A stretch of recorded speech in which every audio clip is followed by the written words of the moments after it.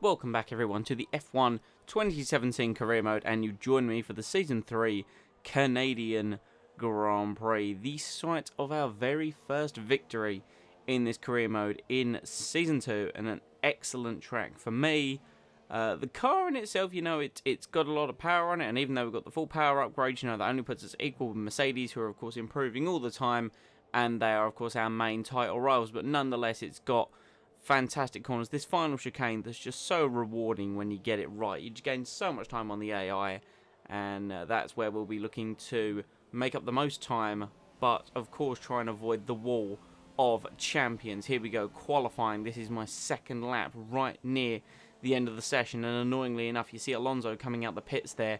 It was just as the AI were coming out to do their lap, so I tried to get out ahead of them. I left it a little bit too late. Nonetheless, we've gone purple in the first sector, but we are stuck behind Fernando now. He's unsighted me a little bit through that chicane. It's cost me a little bit of time. We had to follow him down the back straight. We take a big chunk of curb though in the second chicane, get a little bit of slipstream off Fernando, and thankfully he moves out of our way before the hairpin, braking just before the 100-meter board there, drifting ever so slightly wide of the apex, but that means we get the better acceleration on the exit down towards the chicane, where we clump the right hand curb, clump the left hand curb. DRS wide open as we charge towards the line. Final lap that we're going to have in the session. It puts us P2 with a 1:11.3. Hamilton's 1:10.8. Just too fast for us to beat. I did have enough fuel to do another lap, but I decided against it. Figured I would save the tyres for Sunday.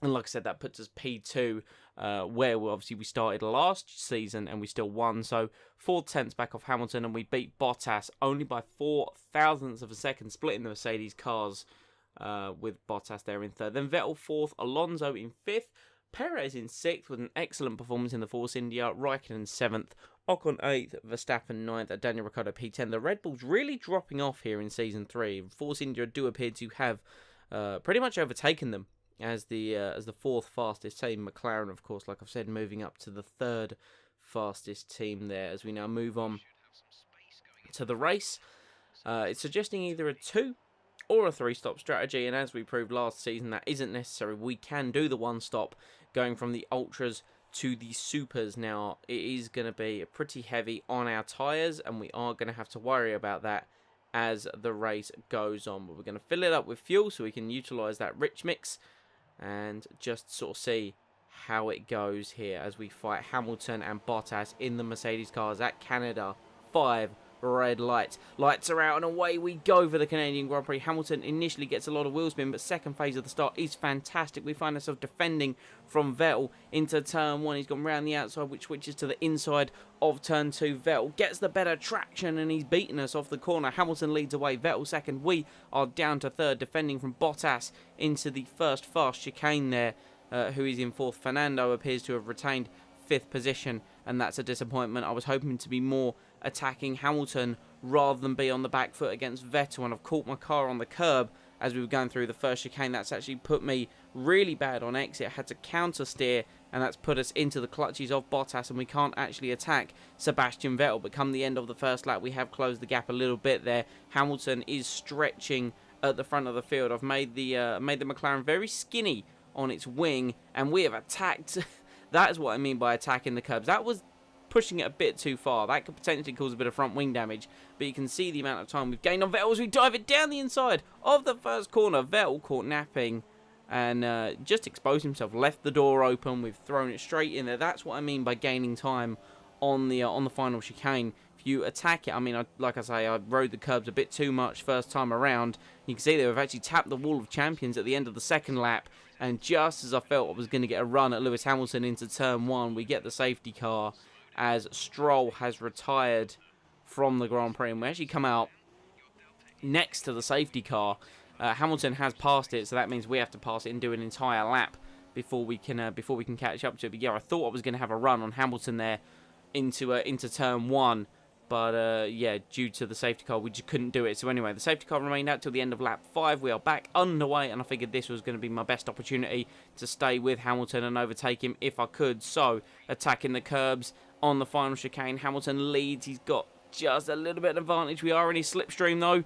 Can we have a go at the start of lap 6? Yes, we will. Down the inside of turn 1. He's held the line much better than Vettel did. He's kept it on the inside, squeezed his car, and he's got the superior traction on the exit there. And Hamilton, unlike Vettel, was able to keep his position. Bottas is up into P3, so we are now in a Mercedes sandwich at the head of the field. And come the end of lap 7, Hamilton has started to stretch his legs. So we have now got to go back to attacking the curbs on the chicane, risking launching our car into the wall of champions, risking front wing damage, but it does mean the fastest lap of the race. And DRS open. I barely got the car slowed down there in the first chicane. We only really lost a lot of time in the second sector. It's mainly traction out of the first chicane after the first sector split at the beginning of the second sector, and what that was doing is that meant Hamilton just constantly had a gap over a second. But at lap 9, out of the hairpin, engine failure for Lewis Hamilton. That is huge for us and huge for the Drivers' World Championship. Lewis Hamilton out of the Grand Prix on acceleration. You just see me weaving there in the aspect of I was having difficulty. I mean, I was sticking with Hamilton, and I'd been pushing as hard as I could to stay with him.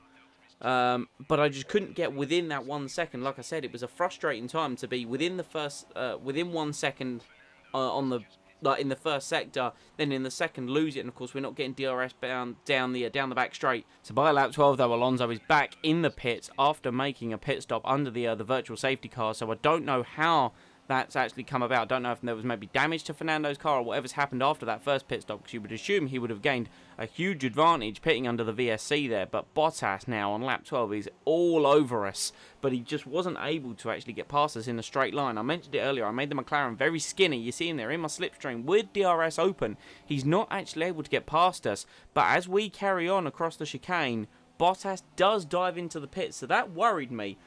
He's gone for the undercut strategy, but I'm hoping what's happened there is Bottas is going to go on to the regular AI strategy ran Canada as a one-stop from ultra softs to soft tyres. So I'm hoping that either we've had a hell of an in-lap, which we did. I pushed myself really hard, but was very careful against the pit entry line, so that could cost us against Bottas. But we're going on the super soft tyre, so if he does jump us in the pit stop phase, we will have tyre advantage coming out of the pit. So is it a good stop by the McLaren boys? It is. It's a 2.1, but I've unfortunately let myself down there on exit. Where is Valtteri Bottas? Palmer comes past us. There goes Bottas ahead of us there as we actually get the off the limiter. We're up to rich mix, but you can see there Bottas has jumped us with a better outlap than we had on the in-lap. And like I say, I think just a combination of me being too cautious on the pit limiter and too slow getting away from the pit box has put him ahead of me, but we are right behind him and we have fuel to burn. So here we go, end of lap 15. We've got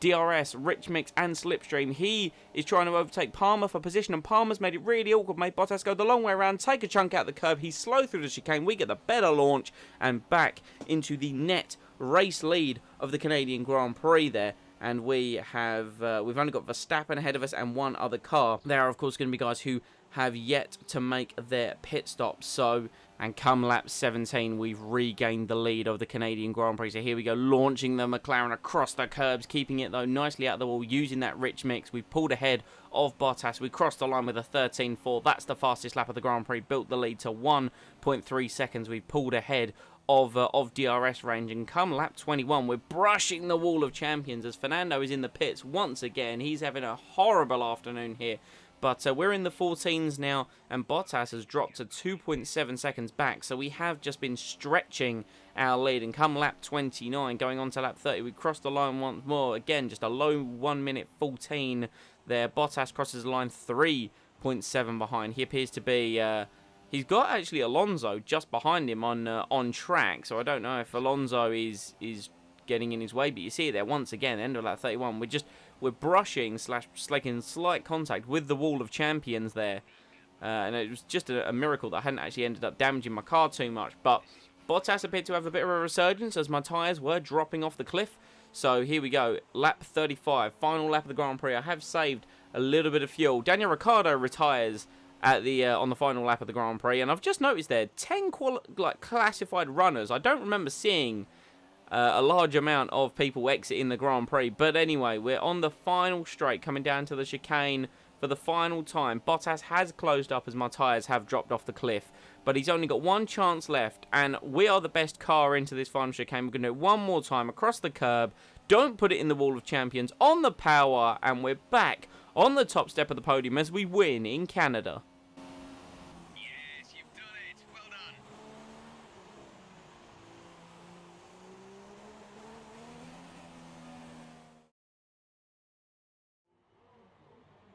McLaren have pulled it off. They've won in spectacular fashion here today. Anthony, what do you think made the difference here? A reliable car, that was the most important factor here. This was a real battle of attrition, and you could tell those at the front were trying to find a balance between running their outright pace and taking care of the car to reach the end. Well, this is it. This is where they all want to be. Here come the top three then, out onto the podium after a fascinating Grand Prix.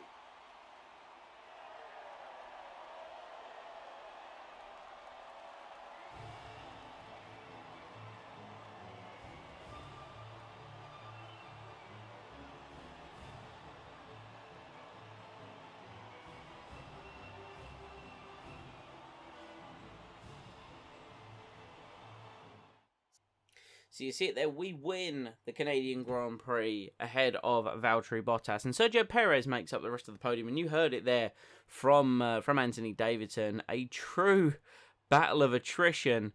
So much so that Alonso was a lap down after 3 pit stops. And Ricciardo DNF'd on the final lap. And therefore he got the point ahead of Fernando. Now, I don't remember seeing like a huge amount of, you know, has retired messages throughout the Grand Prix. So I can't even tell you when that happened. I didn't like view replay cameras or anything, so I've got no idea how it ended with only 10 finishes realistically. But you know, Vettel with 3 stops.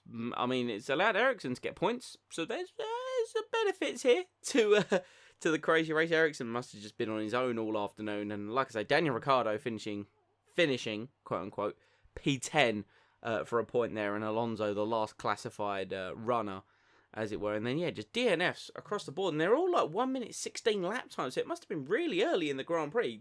I must have missed some kind of insane pile up, because I don't think I've actually had that happen in the 2017 game. So yeah, very bizarre. And you can see Alonso definitely had the pace. But yeah, look, you can see it. 1 minute 16s, 1 minute 15s, 1 minute 17s from Wehrlein.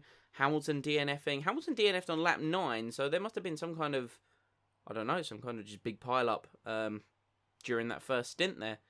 Because Stroll was the first out, then Hamilton, then just a big old chunk of cars.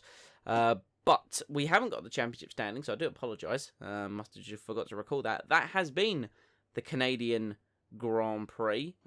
Just another one, similar to last year's one, where we just sort of controlled the race once we had the lead.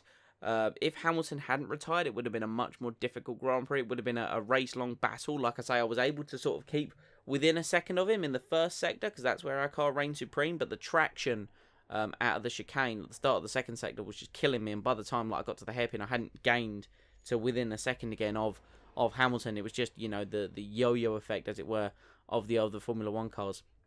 If you have enjoyed today's video, please remember to like and subscribe and enable the notifications to be kept up to date about the content that comes to the channel. Next time out, it is the track I hate the most. It's the Azerbaijan Grand Prix. It's never a fun one, but, you know, I always try and bring something to the table with that race. Just... But we still lead the Drivers' World Championship. That is one benefit that we do have. I will see you all next time.